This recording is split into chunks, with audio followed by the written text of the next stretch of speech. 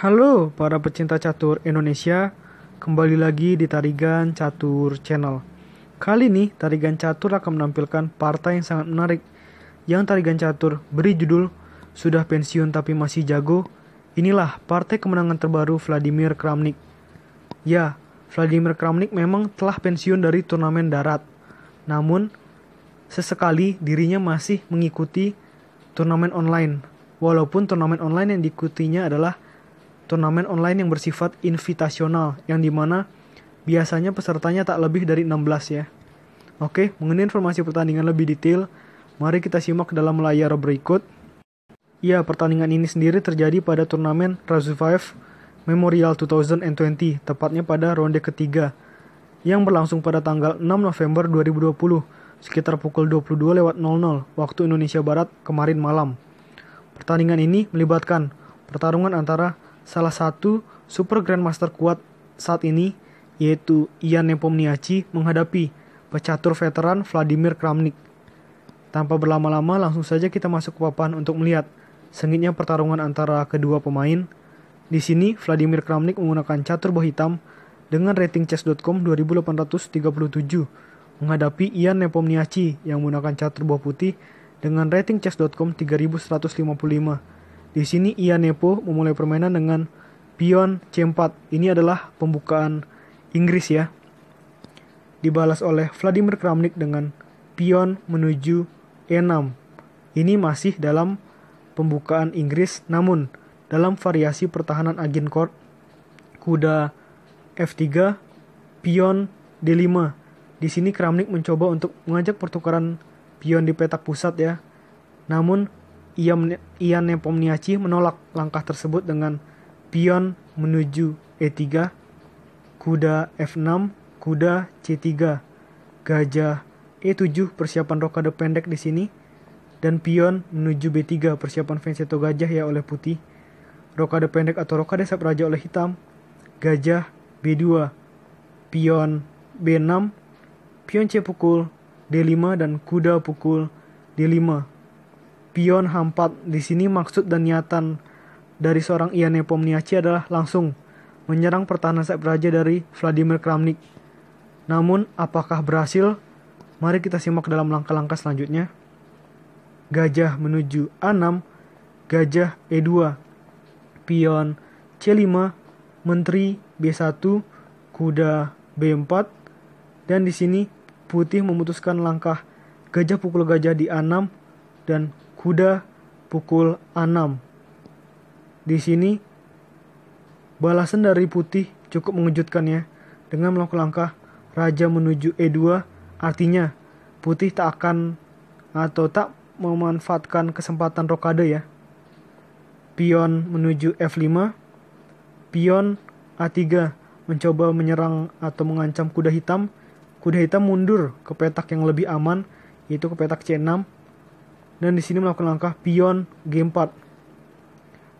Maksud hati adalah ingin membuka lajur G ya, yang dimana terdapat raja hitam di situ. Namun pada akhirnya keputusan ini adalah salah dari Ian Nepomniachtchi. Kita coba ya. Pion pukul pion di G4, kuda menuju G5, benteng pukul pion di F2 skak. Inilah langkah dari Kramnik yang menggagalkan rencana atau niatan terselubung dari Ian Nepomniachtchi. Jadi di sini jelas langkah benteng pukul pion ini adalah langkah yang bagus ya. Walaupun di sini kelihatannya mengorbankan benteng, namun membuat pertahanan di mana Raja Putih berada menjadi amburadul ya. Kita coba lanjutkan. Raja pukul benteng dan menteri pukul pion skak di D2. Sudah mendapatkan 2 pion. Namun kehilangan benteng yang poinnya 5 masih membuat Kramnik harus mencari 3 poin sisanya atau bahkan mendapatkan materi-materi yang lain ya. Karena di sini memang tujuannya adalah Kramnik terus mencari tempo skak untuk dapat memaksimalkannya menjadi sebuah kemenangan. Raja menuju G1, gajah pukul kuda di G5, dan di sini balasan dari Ia Nepo adalah benteng menuju H2. Kita kembali.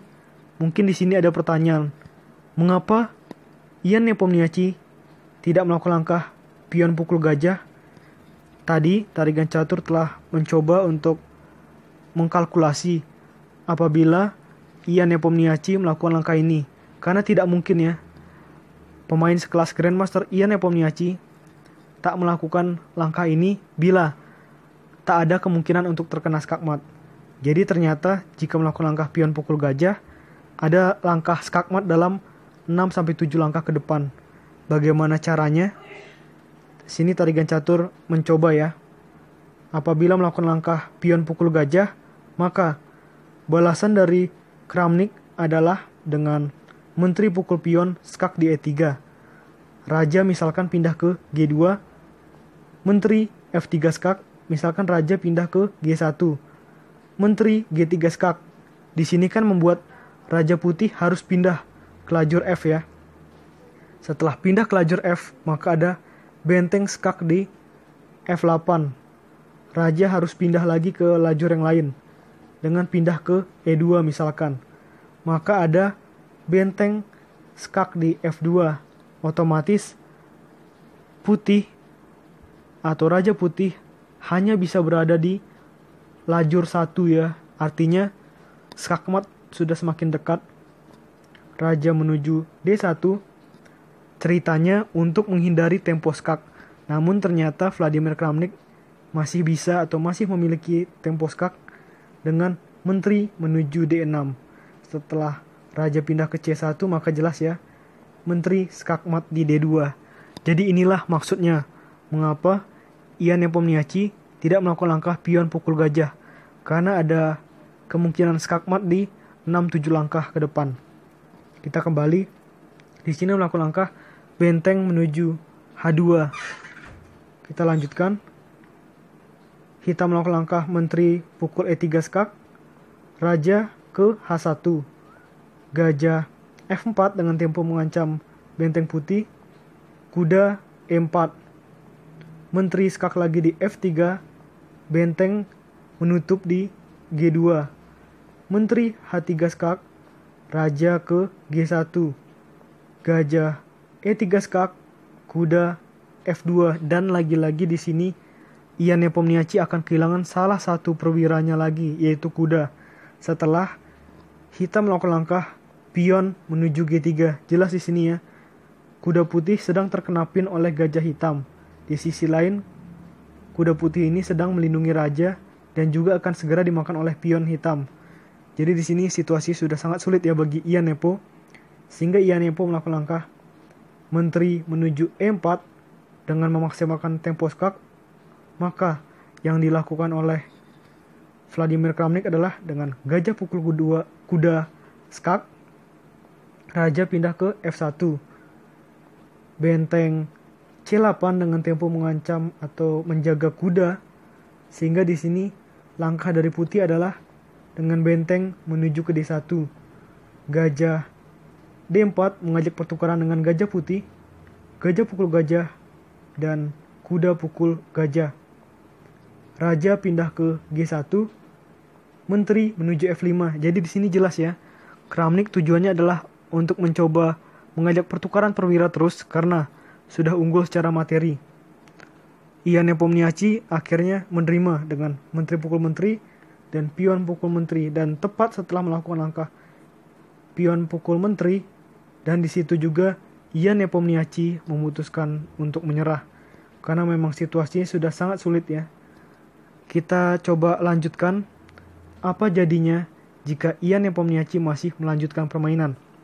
Misalkan Ia Nepo terlalu bersemangat untuk memakan pion ini, maka ada garpuan ya, skak benteng. Setelah raja pindah, maka jelas kuda dapat benteng.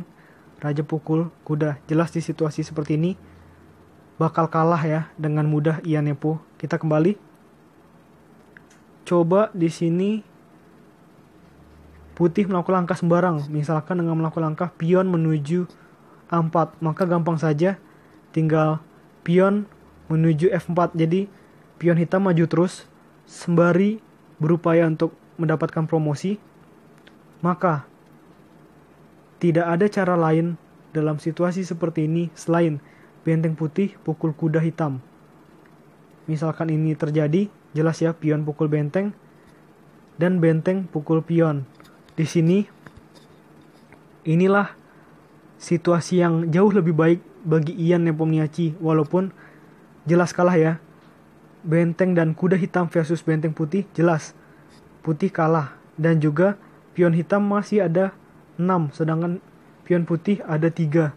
Jadi dalam aspek apapun jelas ya Vladimir Kramnik akan dapat memenangkan permainan dengan mudah. Oke, menurut Tarigan Catur video kali ini cukup. Nantikan video-video selanjutnya tetap di Tarigan Catur Channel.